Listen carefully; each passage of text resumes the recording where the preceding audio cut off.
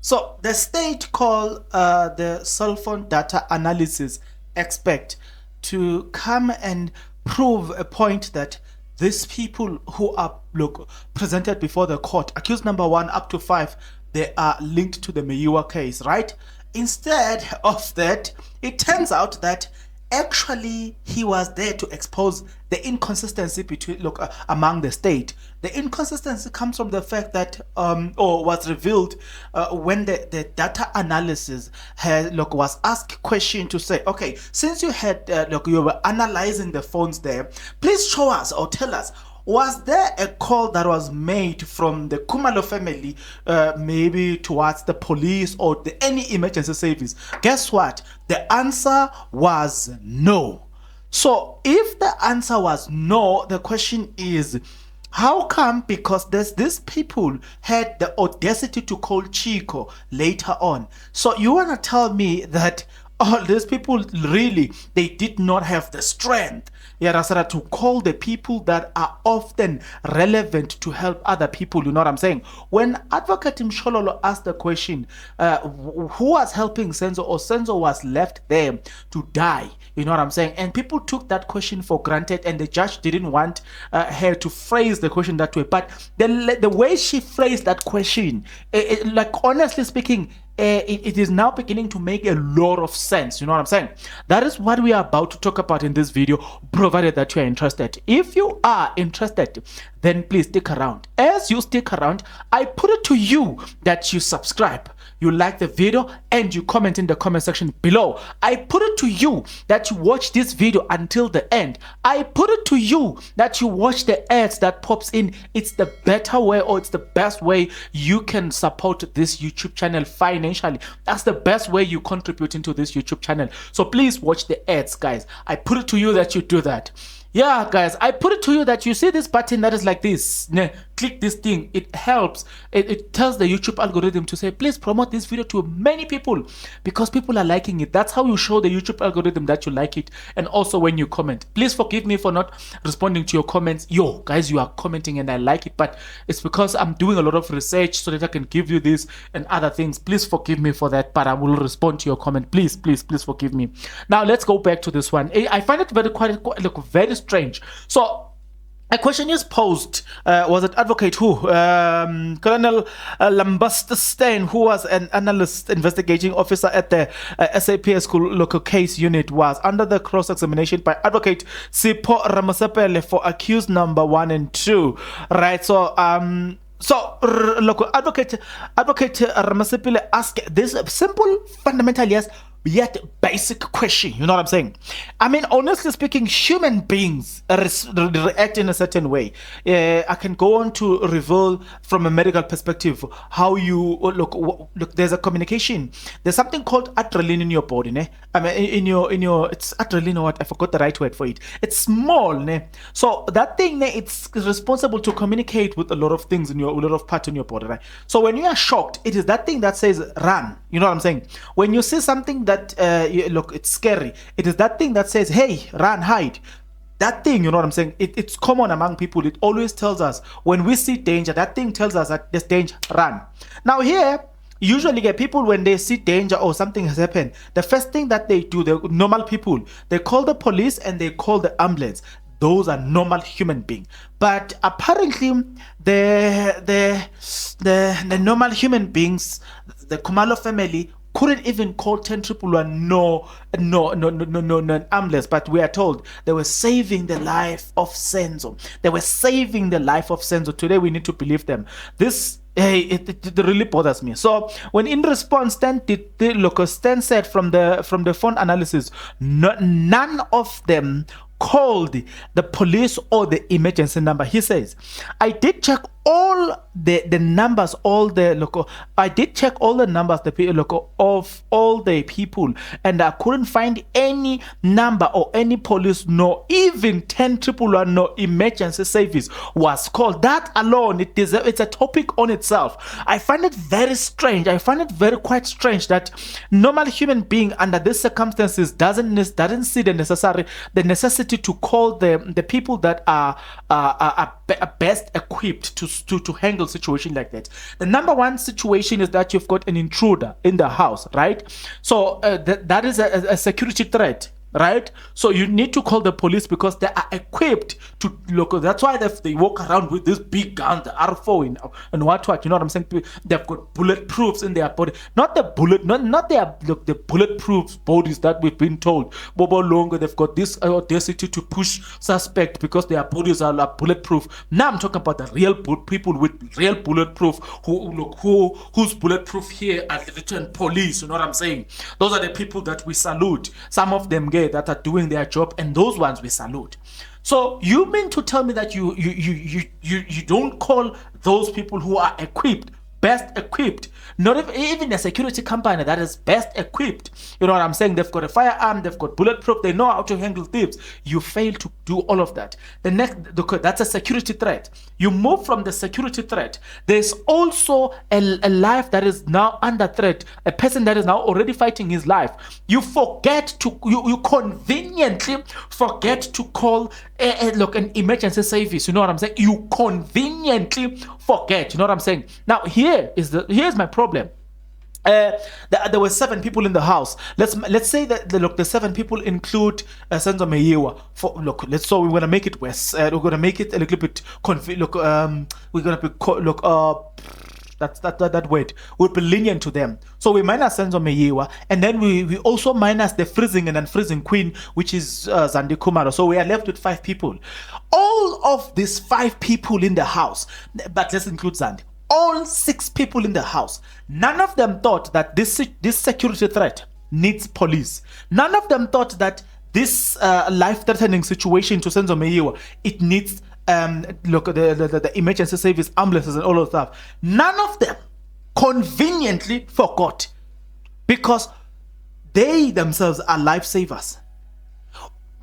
Do you want to convince me that there is any truth that comes from that family? From the mother to the daughters, there's something wrong there. There's no moral compass in that family. From the mother to the daughters, there's no moral compass there. I want to ask you a basic, simple question. How is it that they all conveniently forget? I remember a story.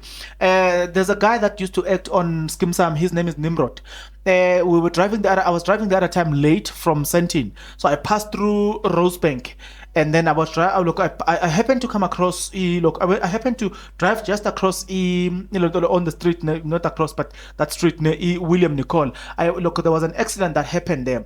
There was a BMW driven by a DA councillor, right? And I'm saying it boldly. It's not even allegedly. We went into the boot of the car. We found documents that were proving even the clocking card. Nimrod. I'm showing you real people that reacted the right way. Nimrod from Skim Sam, he saw that this person is running away. When that car bumped into this one, because he didn't want his name to be attached to this, he was drunk, and then he left the car right there, ran away, forgetting that he's leaving paperwork behind. So Nimrod was chasing after him. Then there was luckily there was a doctor right there, student doctor. That doctor decided to handle the situation there. You know what I'm saying? I was busy controlling the traffic, and then somebody decided to call the emergency service. Now I'm showing you the other person there was busy calling the police. You know what I'm saying? So the first people to arrive was the police. The second people to arrive was the emergency service. I'm saying everybody that was there, we were all doing something. You know what I'm saying? Those are normal human beings. You know what I'm saying? I'm surprised, and I saw everybody reacting, you know what I'm saying, to that thing. And everybody that will come, even those that came later, they were doing something to help the situation. But here you've got normal human beings that react in a way that seems to suggest to me that if you reacted this way, then please you can almost conclude that your mind was intoxicated. You were intoxicated. Yet you wanna refuse that the idea that you were intoxicated, because it also will put you in jeopardy. You know what I'm saying? That's why they are running away from the intoxication thing. That's why they clean up the scene, because other than that, we can pin them look, and can pin them using the fact that you were not, you were under the influence of alcohol. You were not, your mind was not stable. You know what I'm saying? With that being said, I am saying to you, there's a problem with this family. You know what I'm saying? I find it very difficult to believe them. To me, they are unrealistic. To me, they are unbelievable. To me, I have every single thing that is wrong about them. You know what I'm saying? And like from yo Buffett, I mean, I'm just, guys, man, I'm man. Hish, yeah, I'm man. Let me ask you this question in relation to justice, because what the Meyiwa family are looking for, it is justice. Tell me something. I read an article from IOL that was saying that the SIP, South African, look, what independent police, hey, IPID, they investigated the high-ranking police. They found that they had given tenders to their friends. You know what I'm saying? Not long ago, there was an article that I read from News 24 in Free State. A policeman, look, I don't know what he made a way for this guy to escape. You know what I'm saying? A guy that has been attending a case there. I'm just naming a few things. There are so many things. I read an article today. 3 police in Gauteng were arrested for robbery. Now, look at this. I'm going somewhere with this thing. Then, for some strange reasons, we're supposed to believe that. Before that, let me give you the context of all those things. I can bring articles after articles. I've saved them where they're talking about the corruption within the police themselves. I know you think I'm deviating, but this is the reason why I'm not deviating from the point. The point I'm making is during the crime scene, yaga Senzo Meyiwa lapana, we Ntapseng confessed that they were moving up and down in a crime scene. Ntapseng, who's living not even 100 meters away, she just wanted water. She could have walked into the house, come back into her Mapidi's house and come back, but she chose to tamper with the crime scene, and police allowed that. You know what I'm saying? I am saying today we're supposed to trust the very same police that they have investigated. They found that these 5 accused are linked to Kelly Khumalo, and ultimately they are linked to the death of Senzo Meyiwa. They conveniently leave Kelly Khumalo, then they arrest these 5 accused, and we're supposed to believe that the police are doing their job. You know, we're supposed to believe that they will render justice to us. We're supposed to believe, even when they call their own expert tells them that there's a problem here, but they don't act upon the words of their own expert. Right now, as of now, us talking right now, this lady should have been behind bars. We could have been saying, congratulations, now you are sober. But right now, I don't think there's soberness in their mind. You know what I'm saying? I don't think there's soberness. There's something wrong with all of these things, and it's just making things worse. You know what I'm saying? We need to talk about something here. We really need to talk about something, but I will talk about it shortly from now. There's a point that I want to make, or look from you, there's a point that I want to make, you know, concerning the Meyiwa family and justice.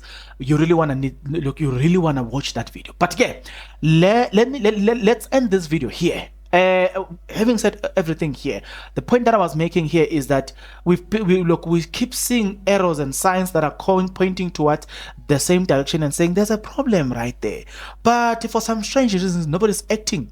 Remember that the statement that was read, or the letter that was read in court by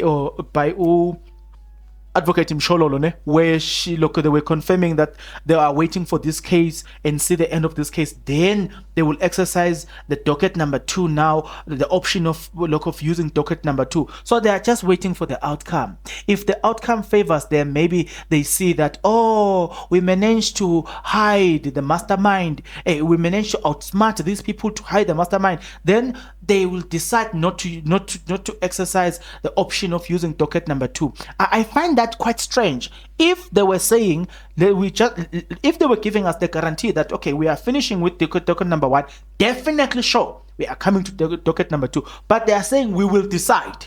That doesn't give me peace. It says something about the justice in this country. Why don't you say we will? You know what I mean? Why don't you say we will? At least those words comes with assurance. We will act on this. But they are saying we will decide. What if, I don't know. I don't want to think about the worst case scenario, but I want to end it here, guys. Until the next video, good people, please take care.